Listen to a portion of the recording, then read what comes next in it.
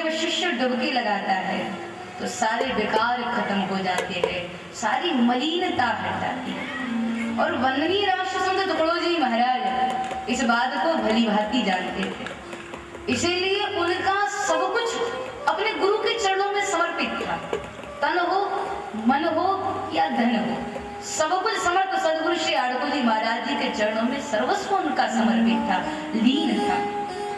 अब देखो वंदनीय महाराज श्री जी की राष्ट्रभक्ति अद्भुत है, उनकी गौ भक्ति अद्भुत है, उनकी देशभक्ति अद्भुत है, लेकिन उनकी जो गुरु भक्ति है वो अविस्मरणीय है, विलक्षण है और अद्भुत है महाराज। उनके गुरु प्रेम का दर्शन समय समय पर आपको हम सभी को होता है।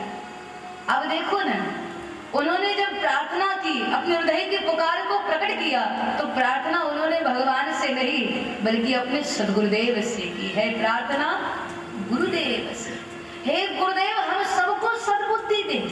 जब भी उन्होंने प्रार्थना करी तो परमपिता परमात्मा से नहीं अपने गुरुदेव से करी महाराज, क्योंकि माणिक से टुकड़ियादास बनने की इस यात्रा में गुरुदेव आड़कोजी महाराज जी का बहुत बड़ा योगदान था। और इस बात के ऋण को वो जानते थे, वो कहते भी थे, मेरे नहीं है हाथ में, मैं साक्षी हूँ उस हाथ का, मुझ में बसा गुरुदेव है, सब जोश था इसी बात का। वंदनीय महाराज कहते भी हैं कि सारी शक्ति गुरुदेव की है, इसीलिए हर पग पग पर उनका गुरु प्रेम झलकता है। पत्रिका लिखी तो उसमें भी गुरुदेव प्रकाशन, गुरुकुंज आश्रम, गुरुदेव नगर, यहाँ तक कि जब भजन संध्या का पहला गीत बोलते थे तो पहला भजन होता था गुरुदेव हमारा प्यारा, और अंत में बोलते थे टुकड़िया दास गुरु का प्यारा। ग्राम गीता के आरंभ में श्री गुरुदेवाय नमः, अंत में गुरु शास्त्र स्वानुभव सम्मत। हर तरह से उन्होंने अपने गुरुदेव गुरु प्रेम को प्रकट किया। किसी से मिलते थे तो मिलते ही तुरंत बोल देते थे क्या, जय गुरु। हर समय गुरु प्रेम उनका झलकता है। और ये घटना बताती है कि दुनिया में सबसे बड़ी शक्ति यदि कोई है तो वो शक्ति गुरु की है महाराज। इसलिए वंदनीय राष्ट्र संत तुकडोजी महाराज जी का भी आदेश है, आप गुरु से जुड़ो, गुरु के विचारों से जुड़ो। गुरु से लगने का मतलब ये नहीं कि आप गुरु के इर्द गिर्द घुमा करो। एक व्यक्ति के आसपास कितने लोग रह सकते हैं? ज्यादा से ज्यादा 8 या 10। ज्यादा लोग यदि इकट्ठे हो जाए तो गुरु को तकलीफ हो सकती है, परेशानी हो सकती है। तो गुरु से लगने का मतलब शरीर से जुड़े रहना, ये साधारण प्रकार का जुड़ना है। और गुरु से जुड़ने का मतलब यह है गुरु के विचारों से जुड़े, गुरु की योजनाओं से जुड़े, गुरु के संकल्पों से जुड़े। अपने नगर में रह करके, अपने शहर में रह करके कुछ ऐसा काम करो जिससे आपके गुरु को पसंद आ जाए। कहते गुरु के विचारों का प्रचार प्रसार करना यह भी सबसे बड़ी गुरु भक्ति है महाराज। ये सबसे बड़ी गुरु भक्ति है शिष्य के लिए कि गुरु के उपदेशों को यदि कोई शिष्य उसको संदेश का रूप दे करके लोगों तक पहुंचाता है तो वो सबसे बड़ी गुरु भक्ति कर रहा है। स्वामी रामकृष्ण परमहंस जी महाराज जब भी कुछ अद्भुत बात बोलते थे ना, तो सुनने के बाद विवेकानंद जी के मन में आता था कि यदि मेरे गुरुदेव ने मुझको इजाजत दी और भगवान ने यदि मुझको अवसर दिया तो मैं गुरु के इन वचनों को लोगों तक जरूर पहुंचाऊंगा। मैं गुरु के इन विचारों का प्रचार प्रसार देश के हर एक कोने में जाकर के करूंगा। और भगवान ने उनको मौका दिया और विवेकानंद जी ने विदेशों में भी जाकर के महाराज गुरु के वचनों का डंका बजाया, अपने गुरुदेव के उपदेशों को संदेश का रूप दे करके लोगों तक पहुंचाया। और जब लोगों ने उनके उपदेशों को सुना, सुनने के बाद लोग इतने प्रभावित हो गए, गुरु प्रसाद को जान करके लोग इतने प्रभावित हो गए, तब लोगों ने, विदेश के लोगों ने कहा था कि स्वामी विवेकानंद जी आप अद्भुत हैं, आप विलक्षण है, आप अद्भुत है।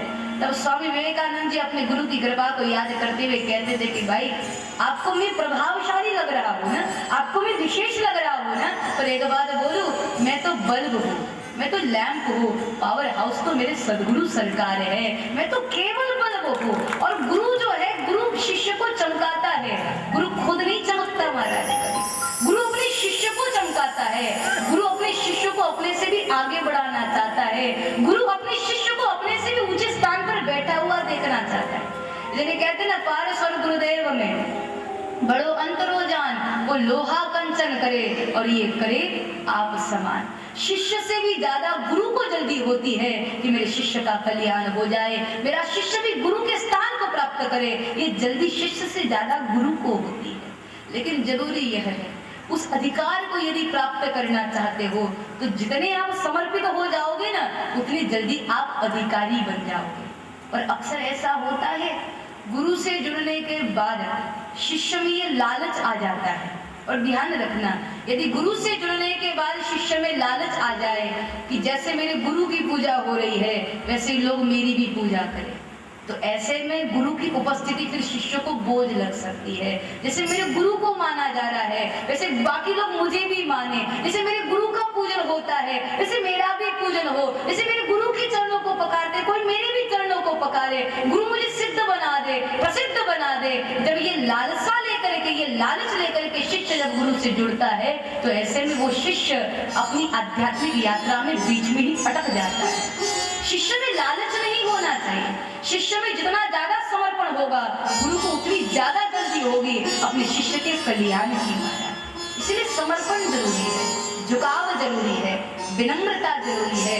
आप कितने भी ऊंचे पद पर क्यों ना चले जाओ, लेकिन भारतवर्ष के उन राजा महाराजाओं को भी देखो, महाराज राजा थे लेकिन गुरु के पास जाने के बाद भले कितनी ऊंची सत्ता पर, कितने ऊंचे आसन पर, रत्नजड़ित आसनों पर बैठते हो, लेकिन जब गुरु दरबार में पहुंचते थे तो गुरु चरणों में बैठ करके उनको जो मजा आता था वो राज सत्ता पर बैठने के बाद नहीं आता था। गुरु वो तत्व है, इसलिए गुरु से कुछ पाना चाहते हो तो विनम्र हो जाओ, आलस्य को त्यागो तो गुरु भर देगा महाराज आपको। शिवाजी महाराज जी के जीवन की भी तो यही विशेषता थी। शिवाजी थे तो राज्य के राजा, पर उनके लिए गुरु आज्ञा सर्वोपरि थी। गुरुदेव की आज्ञा उनके लिए सब कुछ थी। गुरुदेव की आज्ञा से बढ़कर के उनके लिए कुछ था ही नहीं। राज्य के राजा थे पर गुरु आज्ञा का पालन बिल्कुल करते थे। और इसीलिए रामदास स्वामी जी को शिवाजी बहुत प्रिय लगते थे और इसी कारण से रामदास स्वामी जी के अन्य शिष्यों को बहुत बुरा लगता था। उनको लगता था कि शिवाजी राजा है ना, इसीलिए रामदास स्वामी जी उनको ज्यादा चाहते हैं, ज्यादा मानते हैं, क्योंकि राजा है, राज्य के राजा है, इसलिए ज्यादा उनको प्रेम करते हैं।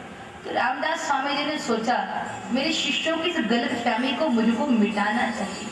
तो उस समय रामदास स्वामी जी ने एक बार ऐसी लीला करी, एक बार अपने पेट को पकड़ करके खूब रोने लगे।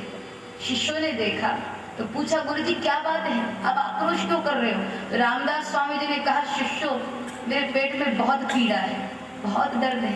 शिष्यों ने कहा, गुरुदेव आप घबराओ नहीं, हम अभी वैद्यों को बुला करके लाते हैं।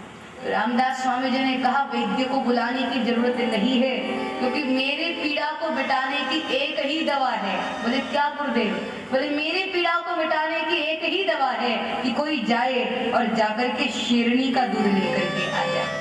जैसे कोई गाय का दोहन करता है ना, वैसे शेरनी का दूध निकाले, वो दूध खुद लेकर के आए, उस दूध को मैं पीऊं तभी मेरी पेट की पीड़ा खत्म होगी, बाकी मेरे पेट की पीड़ा को मिटाने का दूसरा कोई उपाय नहीं।